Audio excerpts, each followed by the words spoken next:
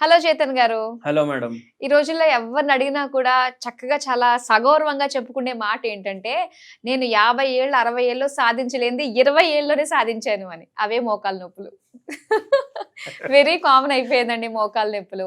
So, ఏ విధంగా దీన్ని overcome చేసుకోవాలంటారు? ముందు జాగ్రత్తలు ఏ విధంగా పాటించాలి? వచ్చిన తర్వాత హోమియోపతిలో ఎలాంటి రెమెడీస్ ఉన్నాయి, మెడికేషన్ ఉందని తెలుసుకోవాలనుకుంటున్నాం. మీరిప్పుడు సాధించిండ్రు అని చెప్తున్నారు కదా, 20 ఏండ్లకు మోకాలు నొప్పులు. హ్మ్. మీరు ఒకసారి గుర్తు తెచ్చుకోండి, హ్మ్. మీరు చాలా చిన్నగా ఉన్నారు. హ్మ్. లేకపోతే మీకు ఒక 8 ఇయర్స్ 9 ఇయర్స్ ఉన్నప్పుడు మీ చెల్లెలు తమ్ముళ్ళు ఉంటారు కదా, వాళ్ళకు 2-3 ఏండ్లు ఉంటాయి కదా, హ్మ్. వాళ్లకు ఇట్లా 1 ఇయర్ 1.5 ఇయర్ రాగానే హ్మ్. అందరూ టాయ్లు అవి ఇవి తెచ్చి ఇస్తుండే కదా. అవును. కానీ అమ్మమ్మ ఇంట్లోకి వెళ్ళి ఒక చిన్న సైకిల్ వస్తుండే హ్మ్. పిల్లోని కోసం, అవునా కాదా? హ్మ్. ఆ చిన్న సైకిల్ వాడు పైడలు కొట్టుకుంటా మొత్తం చుట్టూ ఇంట్లోనే తిరుగుతుండే. హ్మ్. అమ్మ పరేషాన్ అవుతుండే, వాళ్ళ పిన్ని పరేషాన్ అవుతుండే, నానమ్మ పారే ఏంద్ర ఎందుకు ఇచ్చిండ్రు వీనికి సైకిల్, మొత్తం దీని మీదనే తిరుగుతుండు అనేసి, హ్మ్. అవునా కాదా? అవునవునండి. ఇప్పుడు ఆ సైకిల్ ఎవరైనా ఇస్తుండా? లేదు. ఇప్పుడు బ్యాటరీ ఆపరేటెడ్ మోటార్ సైకిళ్ళు ఇస్తున్నారు, అవును. 2 ఏండ్ల పిల్లలకి 3 ఏండ్ల పిల్లలకి. అవును. అంటే వద్దురా, నీ మోకాలు వాడుకోకు, నువ్వు నడవకు, ఇప్పుడు నుంచి అలవాటు చేసుకో. ఆ! ఏమైతుందంటే 15 ఏండ్లకి 20 ఏండ్లకు నీకు కూడా మాలాగా మోకాలు నొప్పులు వస్తాయి, అవునవును. అవునా కాదా? అంటే గిఫ్ట్ మీరు కార్ ఇస్తలేరు, మోటార్ సైకిల్ ఇస్తలేరు, మీరు మోకాలు నొప్పి గిఫ్ట్ ఇస్తున్నారు. అబ్బా! ఎమోషనల్ గా కొట్టారు మాకు ఇక్కడ. నిజమే మేడం, అది నిజమేనండి. అవును. ఇంతకు అట్లాంటి కార్లు కూడా దొరుకుతుంటే దానికి కూడా పెడల్స్ ఉంటుండే. ఆ! అవును. ఇప్పుడు అట్లా లేదు, ఇప్పుడు సైకిల్ ఉన్న బ్యాటరీ. దాని అది బ్యాటరీ ఆపరేటెడ్ బ్యాటరీ. దొరుకుతుంది, అది కూడా 3-4 గంటల పిల్లలకి. అవును. వాళ్ళకు ఫిజికల్ యాక్టివిటీ ఉందా? హుహు. లేదు. అరే నీకు నీట్ల సీట్ రావాలి, నీకు హ్మ్. ఐఐటీల సీట్ రావాలి, ఇప్పుడు నుంచే చదువు. హ్మ్. 5:30 నుంచి నైట్ 9:30 వరకు నువ్వు చదువుతూనే ఉండాలి, హ్మ్. సాధించాలి ఎట్లయినా చేసి అనేసి చెప్తారు. అవును. ఆ? మొత్తం రోజు పిల్లల్ని క్యాంపస్లో స్కూల్లో కూర్చోబెడతారు, అది హ్మ్. ఒక బిల్డింగే ఉంటుంది. అంటే అది ఎట్లా ఉంటుంది అంటే, ఈ పావురాళ్లకు జాలీలు ఉంటాయి కదా అన్ని హ్మ్. లైన్గా, ఒక 10 దాంట్లో కూడా 10 ఫ్లోర్లు ఉంటాయి కదా, ఆ అవును. బిల్డింగ్ కూడా అట్లనే ఉంటాయి. పావురాళ్ళు బంధు పిల్లలు ఉంటారు దాంట్లో. హ్మ్. మళ్ళా దాంట్లో ఏసీ ఉంటుంది, ఏసీలా మళ్ళా పిల్లలు కోట్ వేసుకొని స్కూల్కి పోతున్నారు ఇప్పుడు. అంటే కోట్ ఏ ప్రాంతాల్లో వేస్తారు? చల్లగున్న ప్రాంతాల్లో వేస్తారు. అవును. వేడి ప్రాంతంలో కోట్ వేపించేసి వానికి ఏసీలో ఏసీ. కూర్చోబెడితే ఏమవుతుంది? బొక్కలు మెత్తబడిపోతాయి, హ్మ్. ఆస్టియోపీనియా అవుతుంది. ఏసీ ఫుల్ 18 మీద 19 మీద 20 మీద పెట్టేసి కూర్చుంటారు. హ్మ్. ఇది పిల్లల కోసమే కాదు, ముసలోళ్ళ కోసం, మిడ్ ఏజ్ వాళ్ళకు కోసం కూడా హ్మ్. ఆస్టియోపీనియా డెవలప్ అయ్యే ఛాన్స్ ఎక్కువ ఉంటుంది. ఓకే. మొత్తం రోజు వానికి ఎండలో ఓతనే లేడు వాడు, అవును.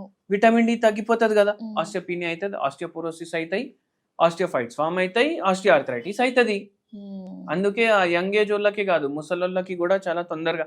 అంటే వాడు ముసలోడు ఏస్తోడు గాడు, హుహు. బాడీతోటి ముసలోడు అయిపోతాడు వాడు. హ్మ్.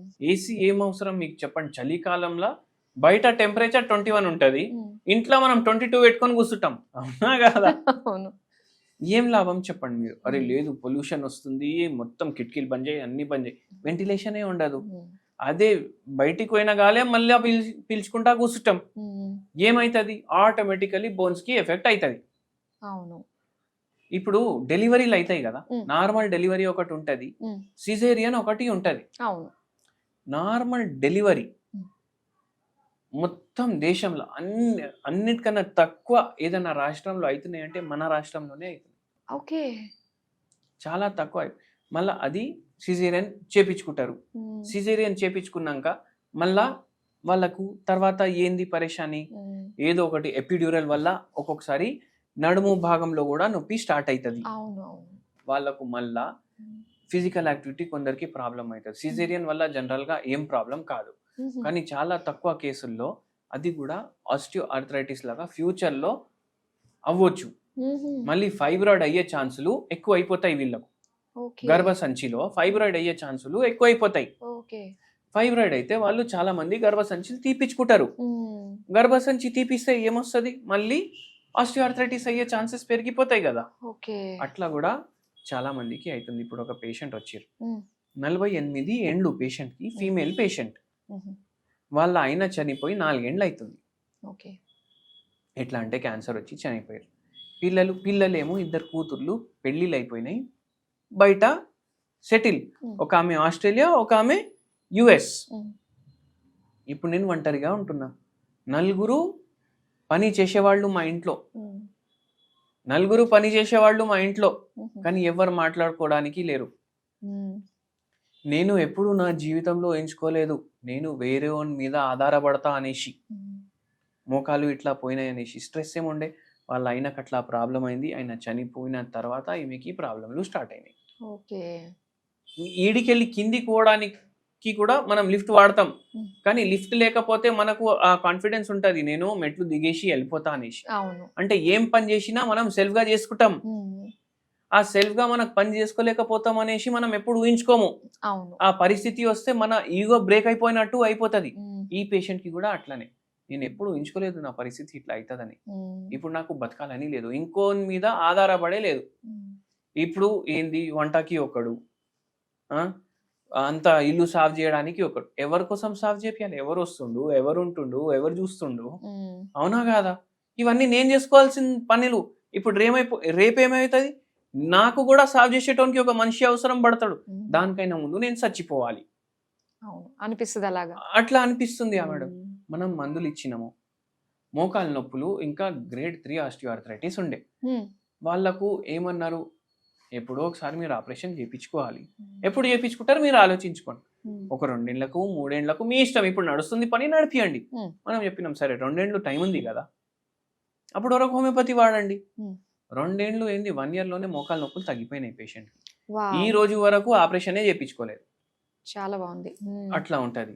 మళ్ళీ మనం ఈ పేషెంట్ కి ఒక హోమ్ రెమెడీ కూడా చెప్పినాము. హోమ్ రెమెడీ ఏంది అంటే, ఇప్పుడు మీరు ఒకటి చూడండి, ఇవి చేస్తే మోకాలు నొప్పి ఆపరేషన్ పోతుంది, ఆపరేషన్ చేపించే అవసరం ఉండదు అని కాదు. మనము హోమియోపతి మందులు ఇస్తాం. ఇప్పుడు ఈ పేషెంట్ ది వెయిట్ ఎక్కువ ఉంది, కొద్దిగా షుగర్ వ్యాధి కూడా ఉంది, మళ్ళీ దాని తర్వాత మోకాలు నొప్పులు ఉన్నాయి. ఇప్పుడు ఇవన్నీ తగ్గాలి అంటే ఈ పేషెంట్ కి మనం ఏం చెప్పినామంటే జిన్సెంగ్ టీ తాగండి అని చెప్పినాం. ఓకే. జిన్సెంగ్ టీ అంటే ఏమవుతుందంటే, జిన్సెంగ్ టీ తాగితే మనిషి యంగ్ అనిపిస్తాడు అనేసి అనుకుంటారు. ఏంది, అది ప్రూవ్ అది. అంటే 40 ఏండ్లోడు 30 ఏండ్లు కనిపిస్తాడు, 10 ఏళ్ళు తగ్గిపోతుంది. అందుకే యాక్టర్లు, మోడల్ వాళ్ళు చాలా ఇది తాగుతారు. ఓకే. ఇది ఒక టైప్ ఆఫ్ టీనే, కానీ మనం యంగ్ కనిపించడానికి తాగట్లేదు. మన బాడీలో యంగ్ ఎప్పుడు కనిపిస్తాడు మనిషి, ఎప్పుడైతే యాంటీ ఆక్సిడెంట్లు ఎక్కువ ఉంటాయి బాడీలో, ఇన్ఫ్లమేషన్ ఉండదు బాడీలో, ఇవన్నీ ఉండకపోతే మనిషి యంగ్ కనిపిస్తాడు. అబ్బా ఏమైనా మెయింటైన్ చేసుకున్నారా అనేసి చెప్తారు కొందరిని చూసి. అవును, అరే ఏంది మీరు ఇంత ఏజ్ ఉండి కూడా ఇంత యంగ్ కనిపిస్తున్నారు అని. ఎందుకంటే ఆ మనిషికి ఆల్కహాల్ అలవాటు ఉండదు, స్మోకింగ్ అలవాటు ఉండదు, పాన్ గుట్కాలు తినే అలవాటు ఉండదు, రోడ్ల మీద ఉమ్మే అలవాటు ఉండదు, అవునా కాదా? అవును. అయితే ఏమైతుంది, ఇవన్నీ ఏంది ఆక్సిడెంట్లు, ఇవి బాడీలో పోతాయి, మనిషిని ఇట్లా ఓల్డ్ లుక్ తీసుకొస్తాయి.